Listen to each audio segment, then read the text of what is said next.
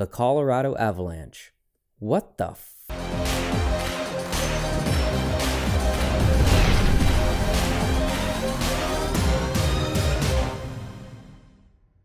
Hello and welcome to Post to Post, the channel where we discuss all things hockey. My name's Neil, and first I need to apologize. I have not filmed a video in exactly a week. Yeah, it's been exactly a week since I filmed a video.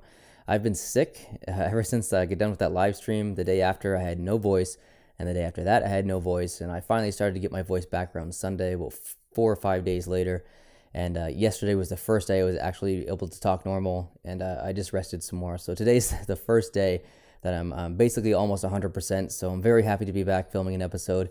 And today we're going to be talking about, the teams last year on March 8th versus the teams this year on March 8th. Today is March 8th. So I'm going to look at how many points they had last year and how many points they have this year on this date, and figure what their plus minus is using that plus minus system. So what I'll do is I'll read the stats for each team, basically the points I had last year on March 8th versus the points I have this year today on March 8th, and then I'll give you the plus minus. So starting with the Eastern Conference, Washington, 102 points last year, 95 this year, minus 7. New York Rangers, 84 points last year, this year 88, plus 4. Tampa Bay Lightning, 83 last year, 69 this year, minus 14. Boston, 83 last year, 74 this year, minus 9. The Islanders, 81 last year, 73 this year, minus 8. Florida, 81 last year, 69 this year, minus 11. Pittsburgh, 76 last year, 88 this year, plus 12. Detroit, 75 last year, 61 this year, minus 14. Philadelphia, 73 last year, 70 this year, minus 3. Carolina, 71 last year, 62 this year, minus 9. Colorado, 70 last year. Ottawa last year, 70. This year, 78, plus 8. New Jersey, 69 last year, 62 this year, minus 7. Montreal, 68 last year, 84 this year, plus 18. Columbus, 64 last year, 90 this year, plus 26. Buffalo, 63 last year, 66 this year, plus 3. Toronto, 53 last year, 72 this year, plus 19. Moving on to the Western Conference, Dallas, 88 last year, 64 this year, minus 24. Chicago, 87 last year, 89 this year, plus 2. St. Louis, 85 last year, 71 this year, minus 14. Anaheim, 83 last year, 78 this year, minus 5. LA, 82 last year, 68 this year, minus 14. San Jose, 80 last year, 85 this year, plus 5. Nashville has 80 last year, 74 this year, minus 6. Colorado, 72 last year, 39 this year, minus 33. Minnesota, 72 last year, 90 this year, plus 18. Arizona, 62 last year, 53 this year, minus 9. Vancouver, 62 last year, 64 this year, plus 2.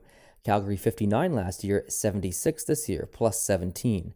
Winnipeg, 59 last year, 66 this year, plus 7. Edmonton, 59 last year, 78 this year, plus 19. So that's all the teams. Thank you for watching that. I know that did take a little bit of time for me to get through, but I appreciate you listening to all those stats because they're pretty interesting. So I'm not going to talk about every team, but I'm going to talk about a few. So I've made a few notes here on why certain teams got the score they did. So Tampa Bay is a minus 14. Probably Stamkos' injury has a lot to do with that. Boston is a minus 9. So there's some organizational changes, as well as the Islanders, some organizational changes there as well. And same with Florida, coaching change and stuff like that, some trades. Pittsburgh, plus 12. This is their first full year with the new coach, so that probably has something to do with it. Also, they're coming off the Stanley Cup win. Carolina, minus 9. There's been, a goaltending coach controversy. Who knows? Ottawa is a plus 8. Could contribute that to some trades and some good, solid, consistent goaltending. Montreal is a plus 18. Carey Price and a few lineup changes. Columbus, plus 26. Goaltending, Bobrovsky is 100% injury-free this year. He's been really, really healthy and really successful. And plus, John Tortorella, the coach, is obviously having a positive impact on the Columbus Blue Jackets. Toronto, plus 19. The emergence of the rookies, Austin Matthews, Mitch Marner, yada, yada, yada, and Babcock, the coach. So he's really getting the most out of his players. Moving on to the West, Dallas is a minus 14. Goaltending. It's pathetic. St. Louis is a minus 14. Yeah, Jake Allen goaltending again. Some player changes, coaching change. A pretty drama-filled year for St. Louis this year. Los Angeles, minus 14. Peter Budaj did play very well, but you could contribute a lot of this to Jonathan Quick being injured. Obviously, that was unexpected and unfortunate for the LA franchise. Moving on, Colorado, minus 33. What's wrong with Colorado? Everything. Literally everything.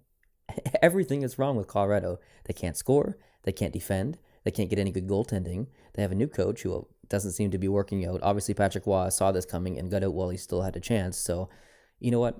Everything is wrong with Colorado. Minnesota, plus 18. Goaltending and a few lineup changes and Hart. Calgary, plus 17. Shaky goaltending at the beginning of the season, but he just really come along now. And Hart and just underdogs. Yeah, they're just playing well. And Edmonton with plus 19. Connor McDavid. Last year he was injured for, I don't know if it was the majority of the season, but he was injured for quite a while. So this is his first full injury-free season. So Edmonton is definitely having a positive experience now that he's in the lineup full time. So it's pretty interesting to see, the differences here. So just the top three, or the top five, we'll do Columbus plus 26, Edmonton plus 19, Toronto plus 19, Montreal plus 18, Minnesota plus 18. So these are teams that really have turned around their seasons compared to last year.